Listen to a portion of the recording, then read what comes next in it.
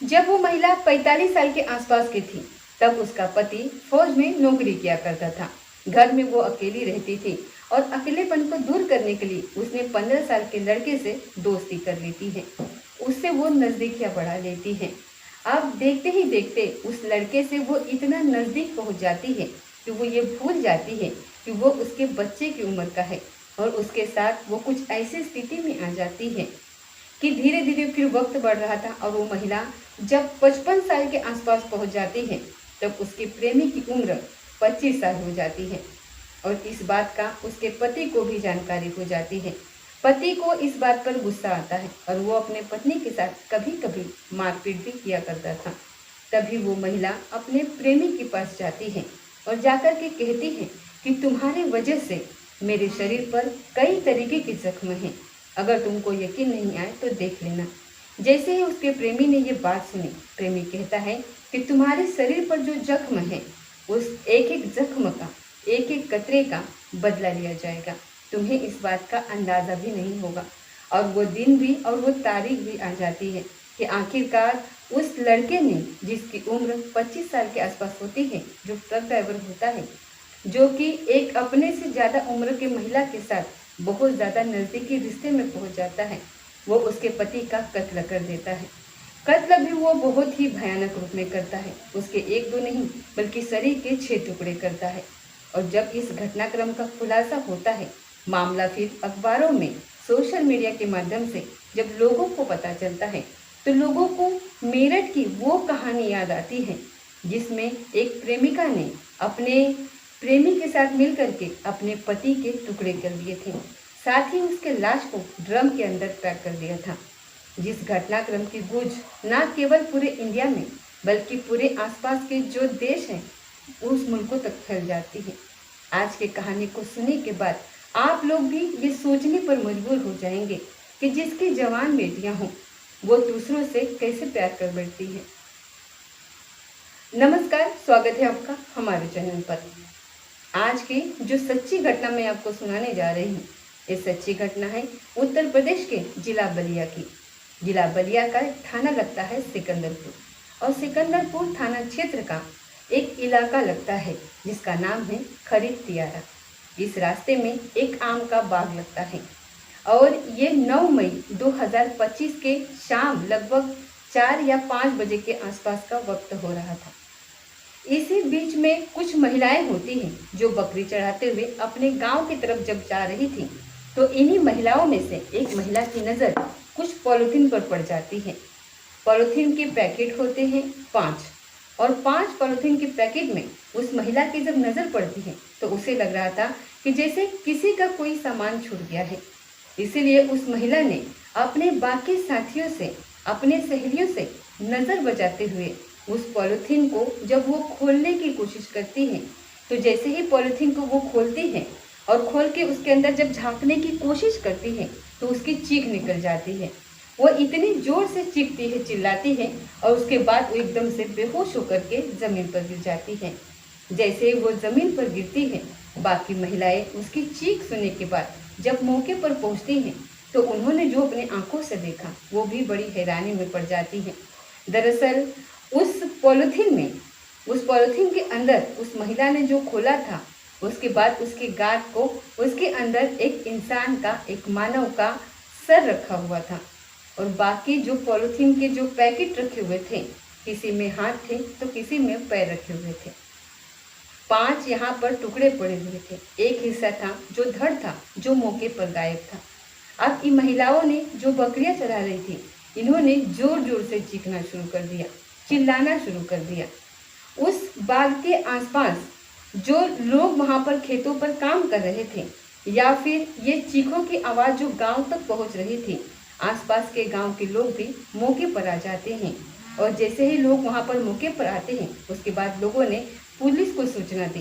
Police मौके पर पहुंच जाती है और आकर के देखती क्या है कि पॉलिथीन के 5 पैकेट के अंदर 5 टुकड़े रखे हुए थे। सर, 2 हाथ और 2 पैर। किसके थे, क्यों थे, कहाँ से आए थे, बहुत सारे सवाल थे। ना केवल पुलिस जानना चाहती थी, महिलाएं भी वो जानना चाहती थी। जहाँ जहाँ तक इस घटनाक्रम की गूंज फैलती है, वहाँ वहाँ तक लोग ये जानना चाहते थे कि किसकी हत्या हुई है, क्यों हुई है, किसने करी है। अब पुलिस इन सवालों के जवाब ढूंढना शुरू करती है। पुलिस ने कई एंगल पर जांच करना शुरू किया, दुश्मनी, साथ ही प्रॉपर्टी और प्रेम प्रसंग।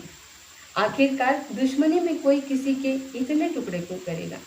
प्रॉपर्टी थी, ऐसा तो नहीं है कि प्रॉपर्टी की वजह से किसी ने ये कर दिया हो। साथ ही जो प्रेम प्रसंग होता है, प्रेम प्रसंग को देख करके ये लग रहा था कि जो मरने वाला है उसकी उम्र लगभग 62 साल के आसपास रही होगी। इस उम्र में कोई किसी से क्यों प्रेम प्रसंग करेगा? क्या मामला है? पुलिस ने हर एंगल पर जांच पड़ताल करना शुरू कर दिया। अगला ही दिन 9 तारीख के शाम को लाश मिलती है और अगले ही दिन बलिया का जो नगर कोतवाली लगती है, वहाँ की रहने वाली एक लड़की होती है जिसका नाम अवली गौतम होता है। अवली गौतम सीधा थाने पर पहुंच जाती है और जाकर के कहती है कि साहब, जिसकी उम्र लगभग 62 साल के आसपास है, नाम उनका देवेंद्र कुमार है, वो घर से गायब हो चुके हैं। उन्हें मैंने हर जगह तलाश करना शुरू कर दिया, रिश्तेदारी हूँ, जहाँ जहाँ तक उनका आना जाना जो था, सब लोगों से उसने पूछा, लेकिन कोई भी नहीं बता पा रहा था। आप मेरे पिता को ढूंढने में मेरी मदद कर दीजिए।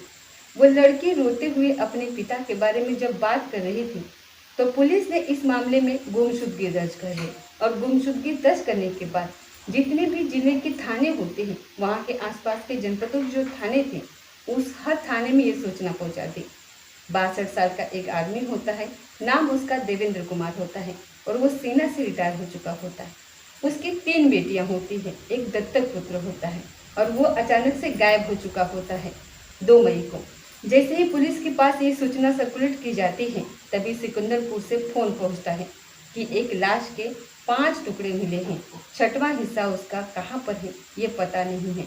आप एक बार ये लड़की से ये पता कराने की कोशिश करिए, हो सकता है कि वो लाश उसके पिता की हो। जैसे ही पुलिस ने उस लड़की से संपर्क किया, लड़की ने साफ साफ बोल दिया कि ये तो मेरे पिता ही है, लेकिन हत्या क्यों की है, किसने की है, इस बारे में उस लड़की को कोई जानकारी नहीं थी। हालांकि ये क्लू उस लड़की ने ज़रूर दिया था। जैसे ही पुलिस को ये क्लू मिलता है, पुलिस एकदम सक्रिय हो जाती है और सक्रिय होने के बाद इस लड़की के माँ के पास पहुँच जाती है। माँ का नाम माया देवी होता है, जो कि गांव खरसरा की रहवासी होती है। थाना उसका लगता है खेजूरी। आखिरकार पुलिस ने माया देवी को हिरासत में ले लिया और उससे पूछताछ करनी शुरू की। पूछताछ करने के बाद उससे पूछा कि तुम्हारे पति कहाँ थे, तुमने एफआईआर क्यों नहीं दर्ज करवाई, तुमने पुलिस से संपर्क क्यों नहीं किया, तुमने लोगों से ये क्यों नहीं पूछा कि वो कहाँ कहाँ जाते थे, उनसे बातचीत तुमने क्यों नहीं की। जब उस माया देवी से पुलिस लगातार सवाल पे सवाल करना शुरू करती है, तो वो सवालों के जवाब ना तो देने में सक्षम हो पा रही थी। जब उससे ये पूछा गया कि तुम उनके बारे में कोई जानकारी जाकर के क्यों नहीं ली, तो वो कहती है कि उसकी जो बेटी है, छोटी वाली अमली बेटी जो है, वो कोटा में रह करके तैयारी कर रही थी परीक्षा की, और वो उसी को लेने के लिए बक्सर रेलवे स्टेशन पर गए हुए थे, जो गांव से लगभग 36 किलोमीटर दूर लगता है। ये जो इनका गांव लगता है, गांव का नाम बहादुरपुर है, जो कि नगर कोतवाली क्षेत्र का ये गांव लगता है। जब पुलिस ने इस महिला के बात को एकदम सीरियसली लिया, गंभीरता से लिया, और इसके पति की जब सीडीआर निकलवाई जाती है, कॉल डेटा रिकॉर्ड निकलवाई जाती है कि किस किस के वो संपर्क में था, साथ ही वो कहाँ कहाँ गया था, इस बारे में जब जानकारी पुलिस जुटाती है, तो यहीं से पुलिस को एक ऐसा क्लू मिलता है जिसे पुलिस खेलना शुरू करती है। दरअसल महिला ने बताया था कि वो बक्सर गया हुआ था, जबकि लोकेशन के हिसाब से ये पता चलता है कि वो अपने घर से कहीं बाहर गया हुआ नहीं था। उसके मोबाइल की कोई मूवमेंट ही नहीं थी। तब पुलिस ने इस महिला से थोड़ा सख्ती से जब बातचीत करने की कोशिश की, तब उसके बाद कुछ चौंकाने वाली बात सामने आती है। महिला बताती है कि जब वो 45 साल की थी, तब उसकी एक लड़के से दोस्ती हो जाती है, नाम उसका अनिल यादव होता है। वो आगे चल कर के वो अपना जो पेशा होता है, वो ट्रक का ड्राइवर अपना लेता है, और धीरे धीरे करके उससे उसकी नज़दीकियाँ बढ़ जाती हैं। उसका पति दिसंबर 2023 में रिटायर होकर के घर पर आता है और इस बात का उसके पति को पता चल जाता है। पति ने उसके नाम से कुछ जमीन वगैरह कराई थी और इसी वजह से उसने उस जमीन को भी वापस ले लिया था। इस बात पर भी मनमुटाव रहता था। वो अपने प्रेमी से मिलना चाहती थी और पति इस पर रोक लगाया करता था और इसी बात पर इनमें मनमुटाव रहता था। जब उसके पति को गुस्सा आता था वो अपने पत्नी के साथ मारपीट भी किया करता था। इस तरीके से वक्त आगे बढ़ता चला जाता है और ये तारीख तय कर दी जाती है। अपने प्रेमी से पूरी एक कहानी बयां करती है कि तुम्हारी वजह से मैं पीटती हूँ, मार खाती हूँ, तुम्हारी वजह से मुझे बहुत कुछ नुकसान हो रहा है। प्रेमी कहता है कि तुम्हें घबराने की ज़रूरत नहीं है, तुम्हारे खून के एक एक कतरे का हिसाब किताब मैं लूँगा। और ये तारीख फिर तय कर ली जाती है। 9 मई 2025 की शाम लगभग 4 बजे के आसपास का वक्त था। इस अनिल यादव ने अपने दोस्त सतीश यादव के साथ मिलकर के एक मिथिलेश पटेल होता है उसके साथ मिलता है और 3 ये लड़के होते हैं जिनकी उम्र 19, 20, 22, 23 या फिर 25 साल के आसपास होती है और वो महिला जो होती है वो 55 साल के आसपास होती है।